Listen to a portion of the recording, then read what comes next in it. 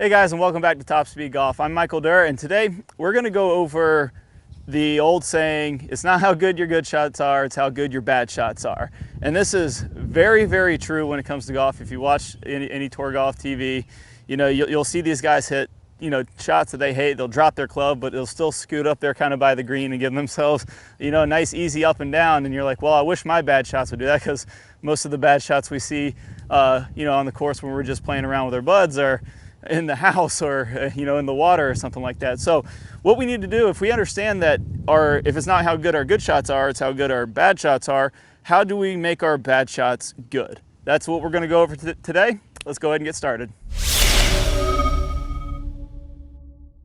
So I came up with the idea of shooting this video because when we were out here shooting a couple weeks ago, Clay actually was showing me something about why we want to come in shallow, and he actually was messing around and hit a shot where he kind of hit behind the ball. So go ahead and just show him here real quick. This is what we were just doing, kind of messing around, talking about the swing a little bit.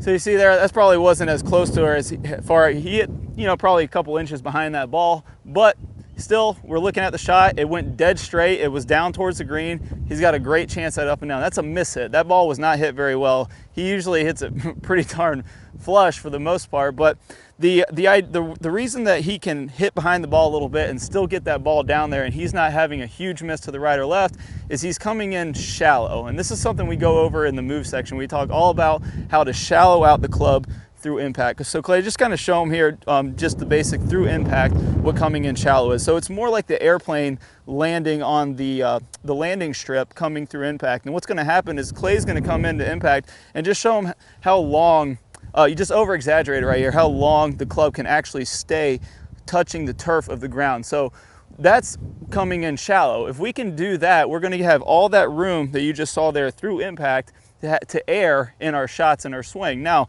show them the wrong way. What we see with most amateurs is when they come into contact, they're usually standing up and flipping down at the bottom, and you can see that the club's going to hit the ground very quickly and get off the ground very quickly.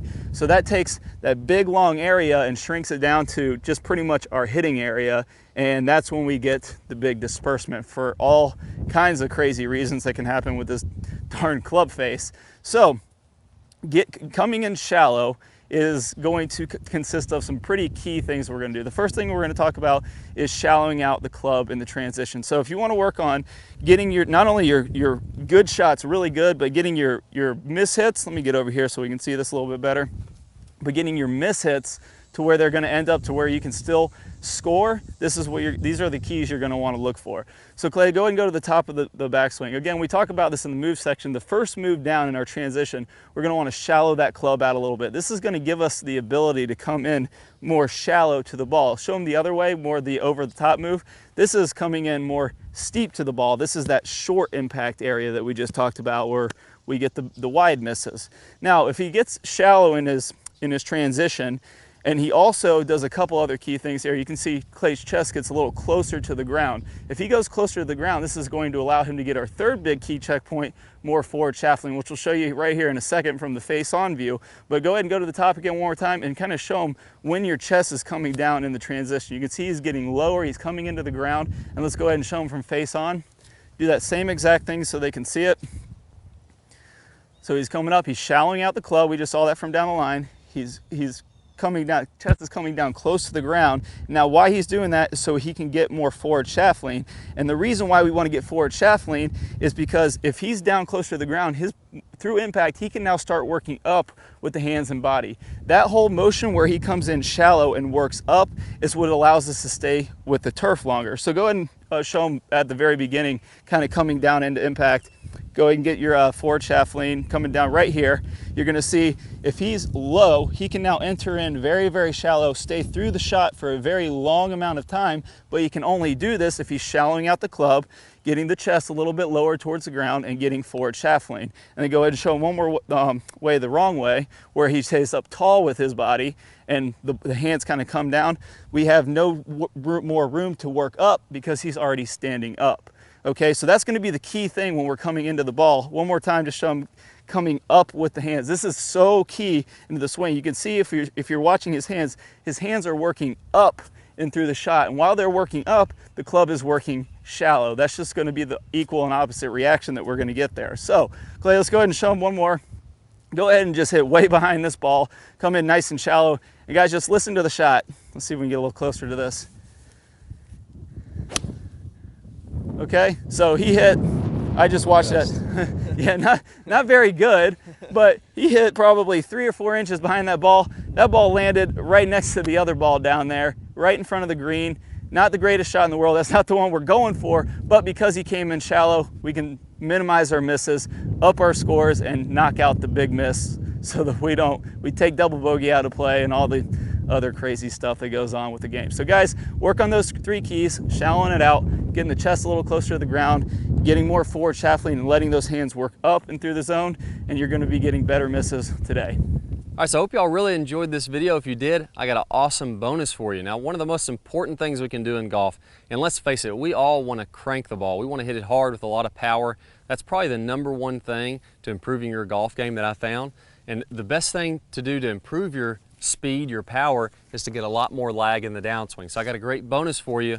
One of the #1 mistakes that I see people make that is really killing their lag. I'm going to play a preview of that video.